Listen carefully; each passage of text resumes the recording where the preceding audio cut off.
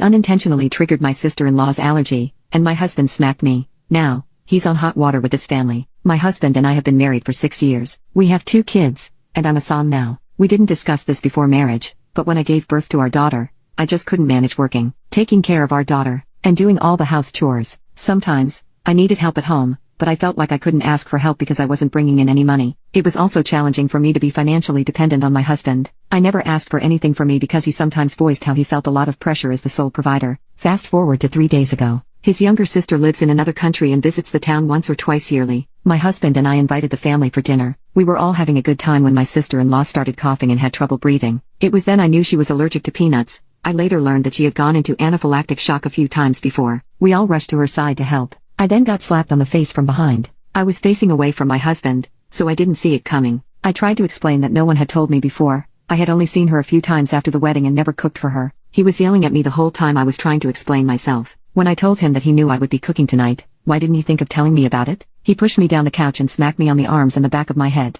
His family rushed to us and stopped him. They checked if I was okay for a minute, then returned to my sister-in-law's side. His older brother stayed by my side to ensure I was okay and to see if I needed anything. After a few minutes, my husband returned to the living room and acted as if nothing had happened. My brother-in-law asked him if he had told me about their sister's allergy before, and he didn't answer. I told him I never knew about it, until now. My in-laws checked on me one more time and then excused themselves. Only his older brother stayed with us. He asked me if it was the first time my husband laid his hands on me. I couldn't answer with my husband sitting across from us. He suggested we take some time to process and think about what just happened. I left that night with my brother-in-law and took my kids with me. I'm still with him and his wife. My family lives in another country. My brother-in-law and his wife suggested I stay until my husband realizes what he did. My husband did apologize but said he panicked and was scared for his little sister. He kept repeating that if I had cared enough about his family, I would have asked him if anyone had any allergies since I was the one cooking for the night, and he blamed me for his brother's reaction. I need to figure out where to go from here. I have no relatives to stay with until I sort everything out.